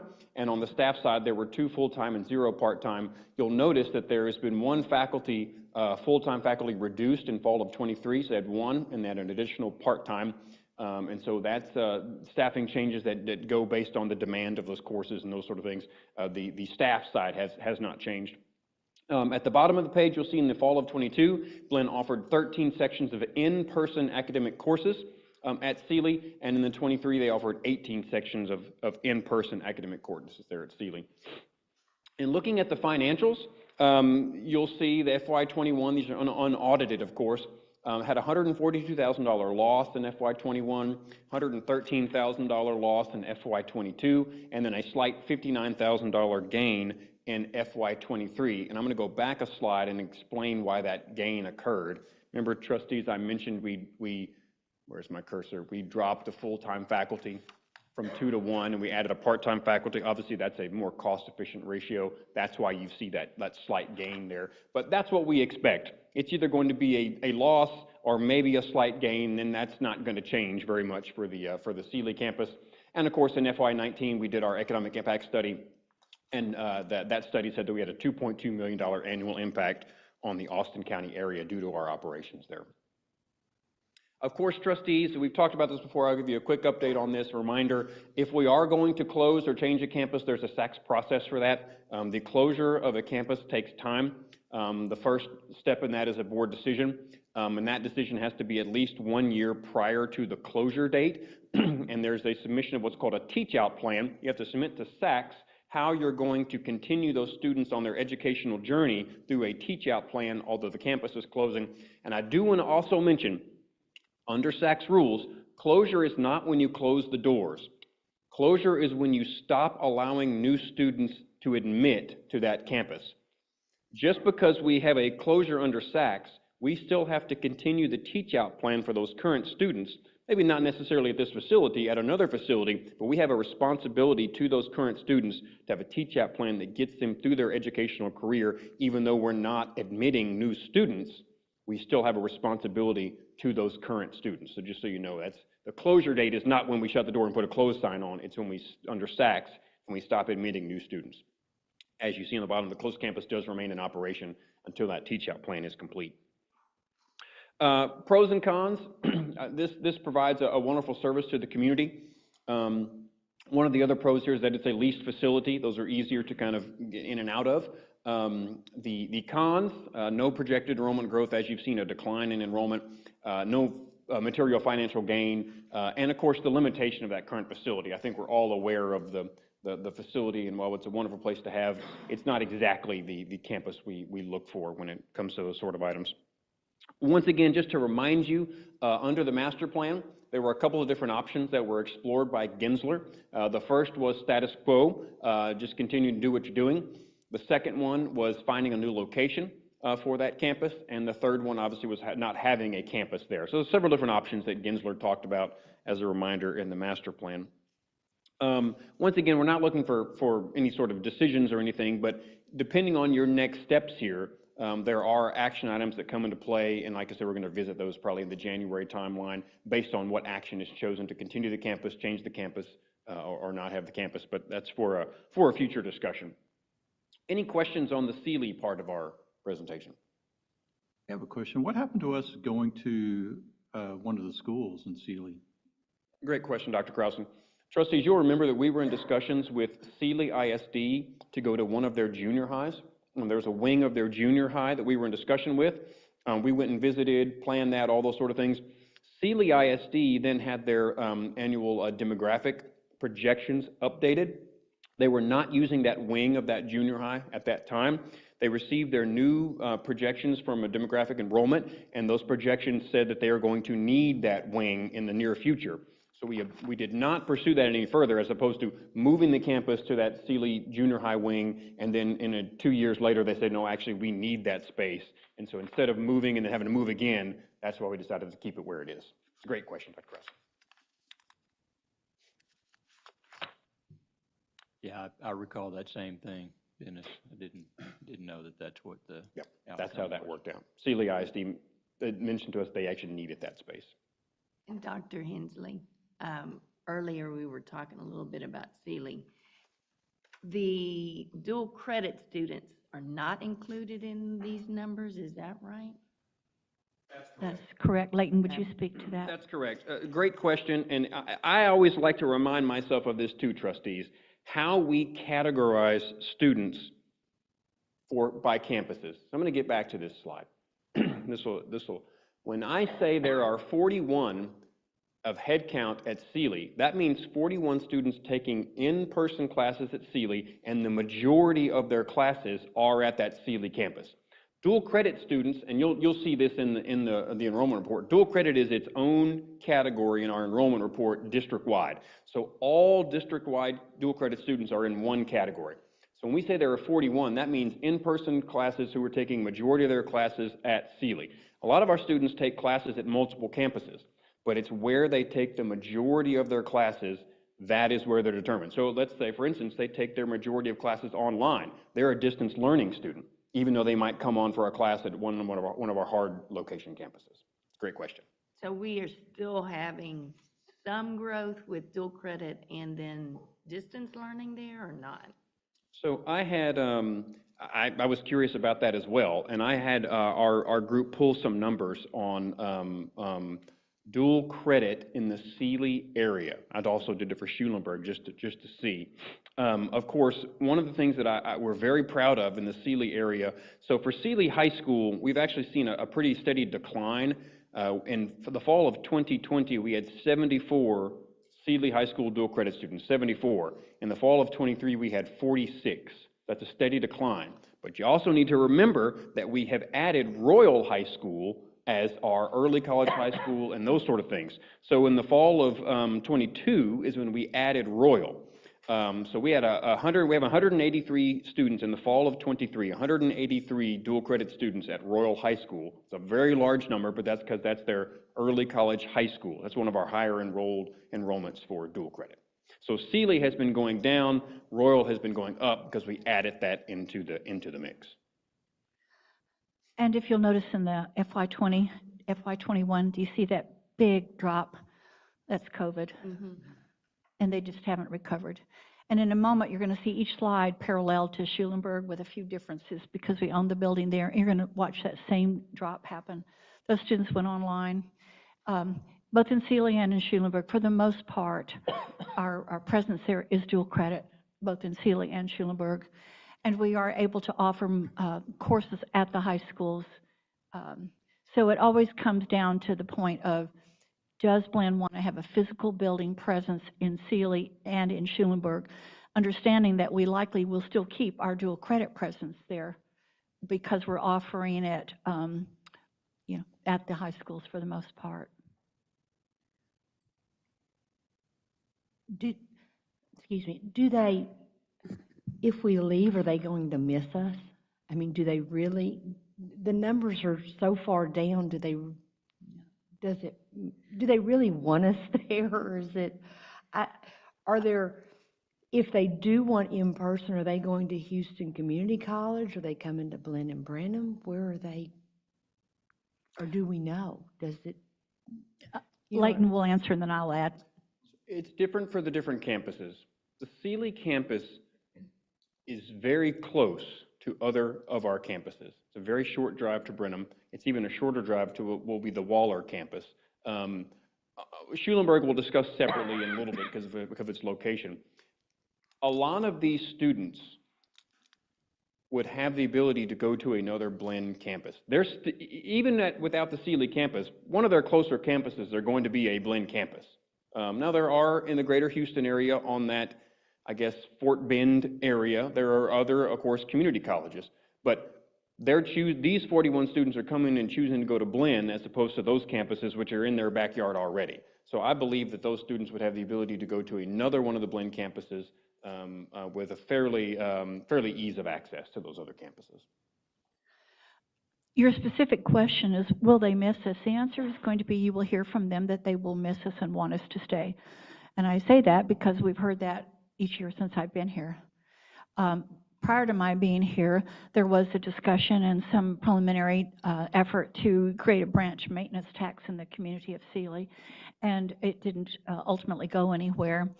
Subsequently, there have been numerous discussions with leaders within the Sealy community about another interest possibly in a branch maintenance tax or an annexation, and that's where they are not interested. So in summary, they'd love to have Blinn provide a service there and a presence there. Do they want to contribute in a financial way to support that effort? No, they're not going to do that.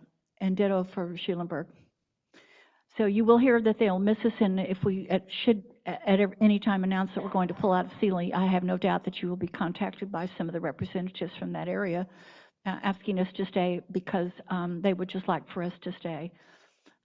As trustees and as administration, we have to look at the cost effectiveness.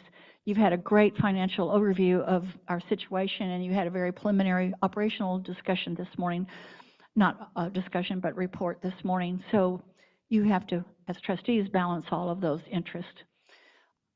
I do think that for the most part, we can continue operating some presence in Sealy via dual credit.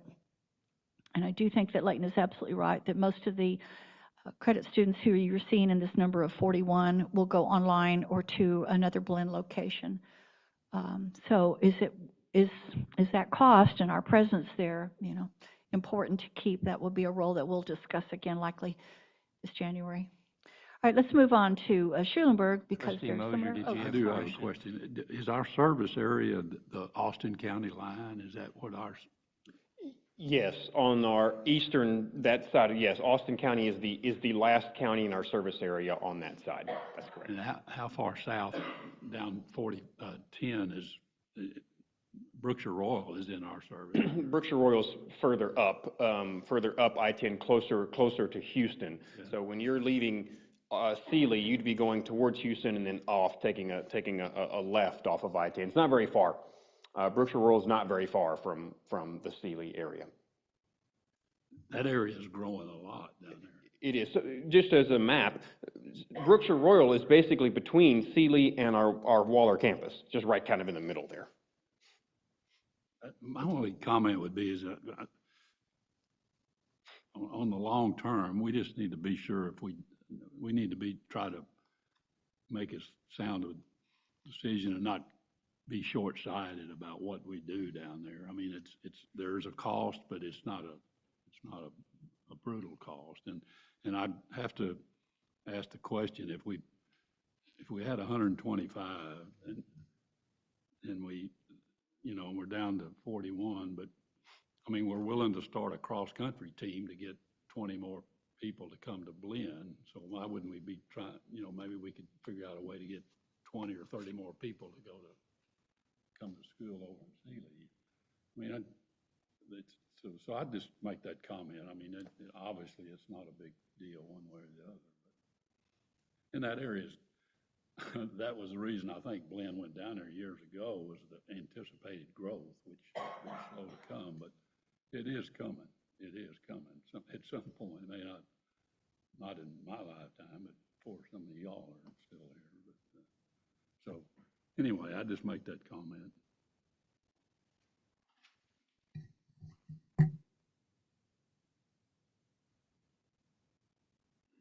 Back to me. We're going to look at very similar information, but now for the Schulenburg campus. I won't go over this list, but it's similar to what we just presented. So now we're on the Schulenburg campus. Our Schulenburg campus, as Dr. Hensley mentioned, we own this campus. We're on about 11 acres. We have 4 buildings. Here's a representation of where we're at in Schulenburg. We occupied this building in 1997. Again, we own this building. This is a big difference between Sealy. We own the facilities in Schulenburg. We have about 40,000 square feet, just under 40,000 square feet on 11 acres, again with 4 buildings, 2 large parking lots, and some site amenities. It's appraised at about $1.7 million. The replacement value is about $23 million. And as we own this, we also need to consider facility maintenance. We have need of about $5 million for facility maintenance. In October 2022, we said that was needed in 5 years. We're at that point. So we would need to begin some more facility maintenance there beginning in FY25. That would include things like roof replacements, HVAC replacements, major parking lot repairs. Those could be handled out of the annual R&R budget, but we will begin to need to focus funds out of our annual R&R budget towards the Schulenburg campus. And I'll turn it back to Leighton for growth. Thank you, Mark. Trustees, once again, you're going to see very similar slides. This is from the Gensler Master Plan with Schulenburg. I do want to point your eyes to the bottom of the page. You'll remember in Sealy, it was a 0.21% growth. They actually have a projected negative enrollment decrease for the Schulenburg campus over that same time period. So while Sealy was pretty steady, Schulenburg is a projected decrease in enrollment based on those master plan demographics. You're going to see this slide again on the student data, this time for Schulenburg. You'll see in FY20 we had 128 headcount in the fall, and that's gone to 59 in FY24. Same drop on the semester credit hour side. On the faculty and staff, you're not going to see any changes here. No changes in full-time or part-time faculty, no changes except for this one here, and that's a grant-funded, some of those positions are grant-funded at Schulenburg. And of course, at the bottom of the page, you're going to see 19 sections of in-person academic courses offered in the fall 22, and then 26 in the fall of 23. So once again, I'll just go back to that slide. They were projecting a 56 enrollment decrease. Trustees, we've already seen that between 20 and 24, just to compare those numbers, roughly. This is something that's very different about Schulenburg, and we're going to take a little time here to talk about this. Most of our trustees are aware of this, but just a reminder, in the past, Blinn received a portion of the sales tax that was levied by the city of Schulenburg.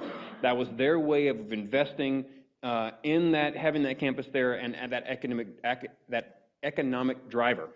So in the middle up there, you're going to see the actual funds that were received. FY20, there was 87,600 received. In FY21, there was 29,500 received. And then in FY22, which was kind of a 2-year catch-up, was a little over $115,000.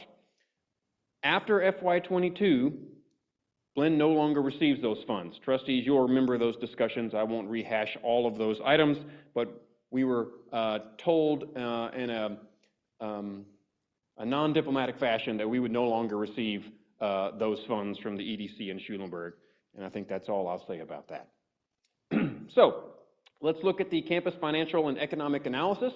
So on this side, we have the unaudited gains and losses. So in FY21, there was a $96,000 gain. In FY22, there was a $44,711 gain. And then in FY23, there was a $177,000 loss. And we're going to explain how that happened. As you remember, we received ED funds. Here are the EDC funds that we received. However, if we were to take those EDC funds out, which of course we don't receive them anymore, this is what those numbers would have looked like. We would have had a $66,000 gain in FY21. We would have had a $70,000 loss in 22, and of course the $177,000 loss in 23 because there were no EDC funds. There was nothing propping up those finances. So trustees, you'll see this is, once again, going in the wrong direction financially. And now that those EDC funds are not there to prop it up, it's really, really going down quickly. You'll see in the 19 economic impact study that we had a $4.7 million annual impact on the Fayette County area based on our operations there. I'm not going to go over the SAC COC stuff again. There's a same process to close that, to close or change that campus. Pros and cons. So it provides a service to the community, and I mentioned earlier that Sealy and Schulenburg are a little bit different. Schulenburg is really down in the very southern part of our area. There's not a lot of other opportunity there. Wharton would be your closest sort of other community college in that area. One of the pros is that we do have an asset there. There's a college-owned facility. Now, I also wanted to put that on the cons as well, but for reasons that we talked about already, but I balanced it out by saying maintenance needs of facilities on the cons. Mark talked about that, and trustees, it is going to be time to reinvest into that facility in some of those items that he talked about. Some of the other cons, of course, not only the projected decline in enrollment, but the decline in enrollment that we've been seeing, and now the cost of operations without those EDC funds really is driving the financial loss at Schulenburg down very, very quickly. Same thing, status quo, evolve, or no campus from the master plan, and then of course, not asking for a decision now, but at some point we'll have further discussion about this one. Happy to answer any questions about Schulenburg. I want to combine. Oh, go ahead. Excuse me. I want to combine my question with Schulenburg and Sealy. So the students at Royal, the student at Sealy, are we saying that the pond has no more fish in it and that there are not enough students there to get these numbers back up pre-COVID?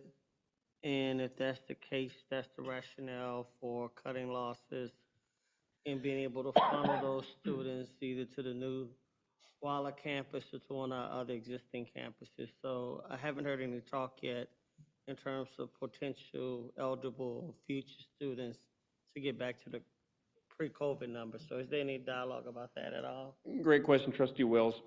So I think one of the important items to remember here is by getting those students into increased dual credit, and we can talk about the Schulenburg area dual credit numbers. I'll be happy to provide those here in a second. The hope by having dual credit is that you get them exposed to Blinn, the good work that we do, and that then continues them in the pipeline to come and take college courses here. But trustees, we always have to remember, 70%, consistently, 70% of our students do not come from our service area. So let's just take those numbers for a second, and let's just assume that all that 30%, the other 30% does come to Blinn. The numbers are just not there in student populations to make up those differences. The reason that Gensler master plan has a decline in enrollment is because there's a decline in population in that area. That's where those master plan demographics are projecting. They're projecting as a declining population also corresponds to a declining enrollment.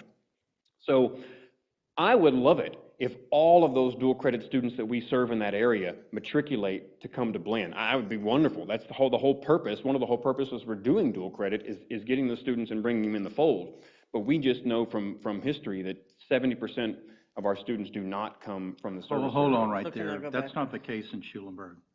That's the case in Brenham and Bryan, but that does not hold true in Schulenburg.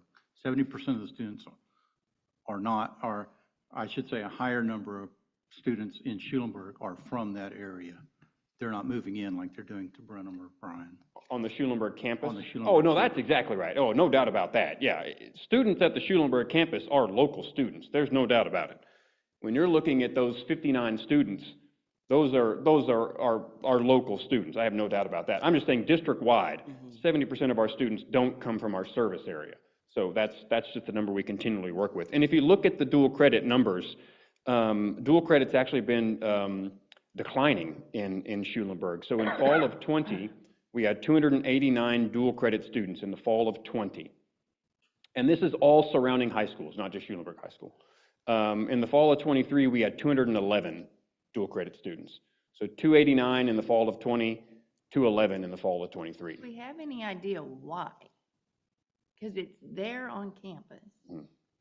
Why are the numbers down? Is it a lower population at the high school now? Yes. These demographic numbers that you're seeing reflect a reduction in population overall in that area. Therefore, you're seeing a reduction in those school-age children and students as a natural recurrence of that decline in population. The thing that's strange to me is that we have added some high schools to our dual credit group down there, and we're still seeing a drop in those students. So that is not a Blinn-specific item. That is a population item in general in that geographical area. It's just a declining population, which is why Gensler has predicted all decline there as well. So I have a follow-up question too, if I may, but, because I'm trying to process it all from the 4.4 mil based upon dual credit not being counted and all of that kind of stuff. And then we're going back to Trustee Mosher's still, your statement that 70% of our students come out of service area, but cross-country is what helps attract out of service area students. Facilities for athletics is what attracts out of service area deals. So even when we talk about the facilities for the football team and that kind of stuff, we had more student athletes walk across stage last Wednesday, and they come from not just out of the service area, but from all over the country. So I'm just trying to process all the different pieces from 4.4 dynamic to the populations in Sealy, Schulenburg, if there is actual slow and anticipated growth there, and are we doing all that we can to ensure that we're trying to reach every student that we can potentially reach for those campuses? Because for me to be at peace, to know that we've done that, and then be able to say it's fiscally responsible in terms of also there's not a need there for us to be able to close Sealy and Schulenburg and have a exit plan, not just with Saks, but to be able to say they can continue to be integrated in dual credit, they can be integrated into the Waller campus, because there's always going to be political fallout behind something, and we know that they have less skin in the game than we do. EDC is taking the money from other places, so ultimately it does come down to dollars and being able to service folk. But I just want us to ensure that when we make the petition to Saks, if we go in that direction, that we can say we've exhausted every possible option in Schulenburg and Sealy, and because there has not been the significant enough buy-in to be able to maintain that partnership, that's why we're going with another plan. So that's my final. Great question, and thank you for opening that conversation. We have had targeted efforts, both from the marketing side and the academic side and the student services side at each of these campuses. Dr. Bosicki and his group, Dr. McBride and her group, Rich Bray and his group have gone down to Sealy and Schulenburg and had a deep dive into, okay, what courses are you offering? What class schedule are you offering? Are the times that we're offering classes not the times that people want classes? How are we going in our local media? How are we going in the regional media to market those items? Student services are going down and offering enrollment days, your PSR days that you hear about. They're not doing those from here. They're going down to those campuses and looking at that and working with those executive deans there to craft what are we doing, what can we do differently, and are those different items going to do they make any difference? Do they make any traction? And they've been doing that for a couple of years now by going down to those campuses and executive deans and really working through their academics, their offerings, their course schedules, their times, their marketing and student services as well. And unfortunately, we're not seeing any traction at this point on those items. So Trustee Wells, we completely agree with you. We want to throw everything we possibly have at all of our campuses and make sure we give every campus the opportunity to succeed. And I feel that we've really put a lot of effort into, particularly Sealy and Schulenburg, to try to get that going on different offerings and different times. And unfortunately, we're just not seeing the traction of that work. Yes, sir. Well, just one comment, because several of us went to visit Schulenburg and then Sealy too. The difference between the two that I personally saw was just there was a community buy-in in Schulenburg. I know it's not growing, and I was asking about the program that we heard, but it was a grant that is about to run out, I think, for Access is the name of it, for trying to recruit teachers from the local community so they'll come back and teach. And that's the one thing about that campus is when you go there, you just feel automatically the buy-in from staff, at least. We met a few students there, and that's the one thing that, I think we also need to consider is it is in the southernmost part. And that was one of the things that last time when we discussed it, we said it is reaching someone. I don't know how you get more buy-in there, as long as we still have the dual credit and, the distance learning. I feel like a lot of people went online to distance learning and they didn't come back out to in person. So, and that's everywhere. But that's the one thing I just wanted to comment, because when we went down there, there's a whole different vibe to me than the Sealy campus.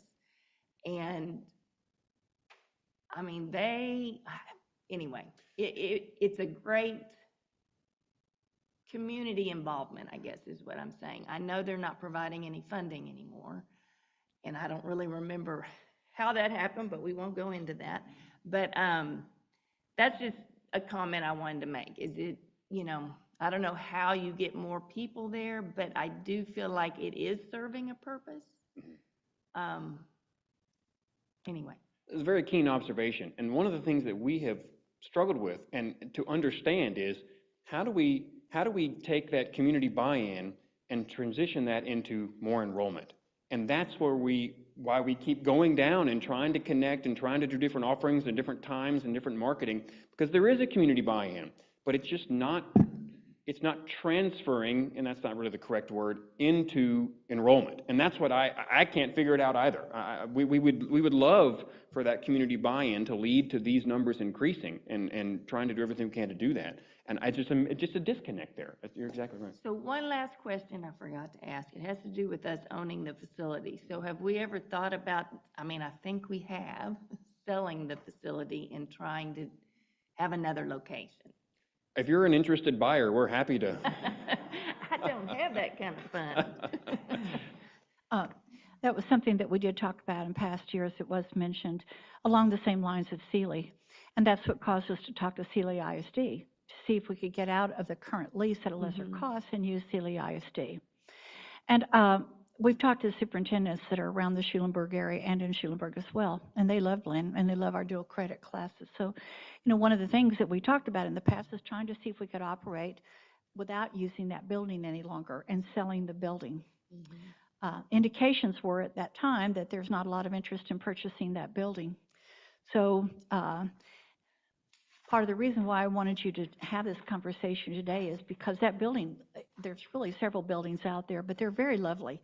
They're quite nice, But they're at the point where we need to put about $5 million in, which puts us into a whole nother discussion level of investment into that building. Could we, and if you'd like, we can look again at operating out of the high schools, which I think we probably could at some location there. And maybe another kind of a facility like a strip mall, kind of an office place like we have at Sealy. The fact remains, though, that selling those buildings that we currently have are going to be a challenge. And so we'd be operating, probably trying to get out of the current building, go into a strip mall or high schools. We still have a building to sell. On the other hand, we wouldn't sell the building if we don't look at trying to sell the building. So here we are in a unique situation. I actually think both communities are quite involved. I wanted to touch on that. You had an opportunity to hear from some, but perhaps not as much from Sealy. Mhm. Sealy actually is very much wants to have Blinn be a part of that community. And that's why, in answer to Trustee Kettler's question, will you hear from them? You will. They want us to stay. But it's all about, for them, they appreciate and value and want Blinn's presence, but they can't contribute financially. So all of that is on Blinn's responsibility to do so. Looking for more cost-effective ways at Sealy, we've tried. We have not been able to come up with a viable option there. We haven't looked as significantly at Schulenburg, and maybe it's time to talk about that and do that again, because the Schulenburg numbers are projected to go down even by Gensler by population. So more stable at Sealy and down at Schulenburg is the reality that we're looking at. Again, I think we can operate them out of dual credit. I think we can operate them out of the high schools and perhaps a smaller facility. But we do have the challenge of now we're at the point we're going to have to put in some repairs in that building or potentially look at putting it on the market and still having a presence there. And I think it all boils down to the thought of trying to keep a presence in Blinn in those communities, but at a lesser price than we're paying right now. Can I ask a question real quick? Yes, please. I don't understand why in your financials here for Schulenburg, you have that let me get it here on that screen, FY23 compared to FY22, it's basically $100,000 more loss in 23 and 22, when if you look at the enrollment numbers, the actual number of credit hours went up from 23 to 22. So why is there a $100,000 loss? Right, it's right here, Trustee Krausen. In 22. No. Go back to your other, regardless of your EDC funds, if you look at that last column over there, it's still a $100,000 loss. If you add the EDC funds, it's $200,000. Yes, but if you were to carry forward what the EDC was receiving, you would see that this number would be smaller. I mean, if you were receiving EDC funds, I mean, let me get back to this slide. Even if you received $29,000 or $87,000 in EDC funds, that would chip away at this reduction here. So that is really the biggest driver in that going down is there's $0 being received there, as opposed to an average of whatever those 3-year averages were. And so that's really the biggest economic driver at Schulenburg, unfortunately. So had we been receiving those funds since 1993? Not 1993, but for a while. I don't remember exactly when they came, but we've been receiving them for a while. I think if I had to, and I shouldn't even quote a year, I think it was early 2000s the city of Schulenburg passed a tax that was going to be funding that. I think it was early 2000s when that occurred. In my mind, when we saw Schulenburg, there were so many things that they had done to be more involved in the community. Also, I was really impressed with the dietitian class that they offer and telling us that people fly in from all over the country to come to Schulenburg to go to that class. So they have tried very hard to find ways to fit into the community, offer things that don't show up on those student numbers and things like that. They've tried so very hard to make that relevant in their community, and I think they've done a good job with that. It's hard to look at that number and think how much is actually students versus community stuff there. That's true, because a lot of what we see at Schulenburg, they'll offer, I have a Hammer program for junior high and elementary kiddos in the summer. They have a meeting room there, so they use it for the community meetings. They're doing a lot of outreach in the community, but it doesn't translate into dollars to Blinn in terms of enrollment. Yeah, the loss is one thing. The, concern I've got is another $5 million investment that we're gonna potentially have to put into it to keep it safe and viable. That's a lot of why, Chair Colquist, I wanted to bring it to your attention this morning, is because our financials, that's $5 million, and we've been kind of putting this discussion as a reminder, but now we're looking at really significant amount of money that we're going to have to put into that campus. So perhaps if the board would like, we could look at other facilities where we might be able to operate a Schulenburg presence there, but not at that campus, and potentially look at putting that campus up for sale is something to think about. Again, I'm not looking for any kind of definitive answer on this, and it's comforting that we see the same things over and over again, and we all have a desire to see a presence there, but it's going to become a challenge at Schulenburg with declining enrollment projected, and we're seeing it, and now really significant monies that we're going to have to put into that building. I'd like to just mention that if I believe this is all the trustees, that the administration has to present to you this morning, trustees. I thank you so very much for your thoughtful consideration. And I'll turn it back to you, Chair Colquist, for any additional questions or guidance you'd like to give us. Mr. Mosier. Yeah, Mr. Chairman, would there be such a thing as some sort of making that facility into some kind of a regional workforce program that we could lead that with our workforce people? I mean, is that too close to us, or what? How was that? Tris, may I Yes, on that please. one? I think we're open to anything. Any viable option that can keep Blinn presence there, I think, is desired by current trustees as well as former trustees. We have added some workforce programs in. That dietitian program is not a credit class. It's a workforce offering out of Jay Anderson's area. He's been down there, and we're offering more of the workforce programs down there. We have met with the superintendents. There are 5 that are primarily that we talk to very frequently in the Schulenburg area, and they're wonderful.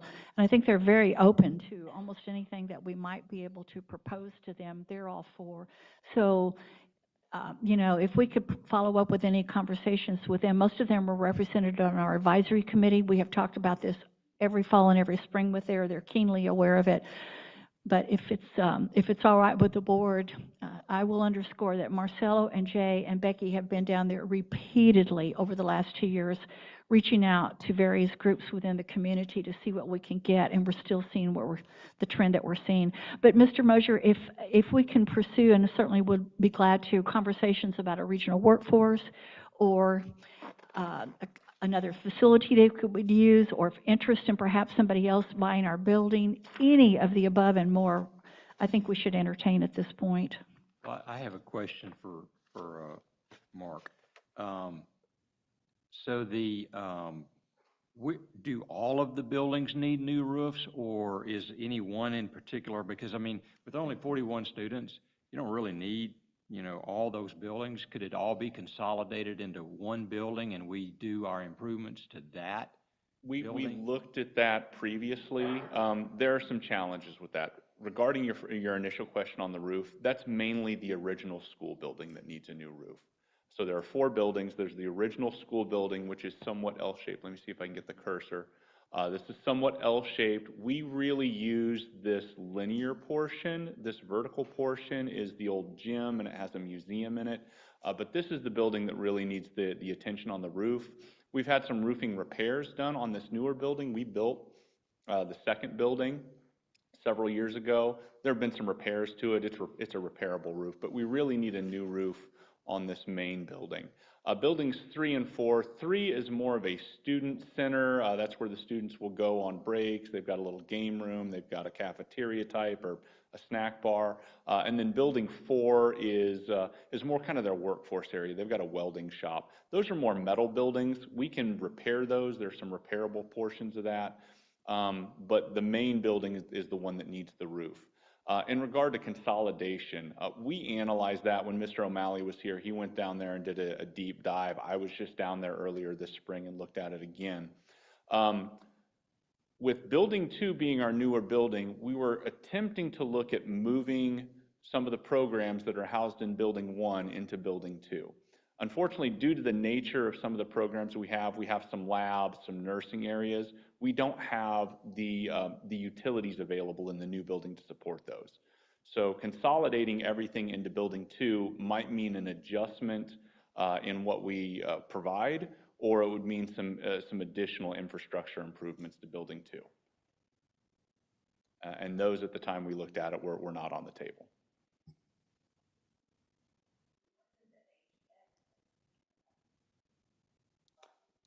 Oh, yes, yes. Yes, ma'am. Yeah. The parking lots are in great need of repair. The HVAC system in the main building is in great need of repair. The roof on the main building is in need of repair. There's some other issues, some flooring, some of the bathrooms. All of those things total up to that $5 million investment that we need to look to begin putting into the Schulenburg campus over the next few years. Mr. Chairman, I know we're right at noon, but I do want to do a little reflection. I want to thank the Chancellor and the team for doing a tremendous job, because I became a member of this board in December of 2018. I inherited Charles Mosier, Wickinger, David Summers, Douglas Bohart, and when the Chancellor came here, we didn't have 5 months worth of reserves. We went through a second phase where we had all the HERF money and Richard Cervantes, and we were up to almost $140 million. I joke with the chairman all the time. I say, man, you can't run through $130 million before your tenure ends. We're in a new economic season for Blinn College, and it's really going to be based upon primarily student tuition. We're not going to be having the 20 millions and the 30 millions at the end of the year. So again, my reflection is that we really need to balance bond and cash assets, and the cash assets, what helps us maintain that AA rating. And we need to be real thoughtful of how we progress, because we're literally going to be living off what our student enrollment is going to be on a yearly basis. So don't know what the Fed's going to do, don't know what politics is going to do. So the main course of our revenue is students' enrollment. So I just encourage us to think about that as we make decisions about the future. Any other thoughts or questions?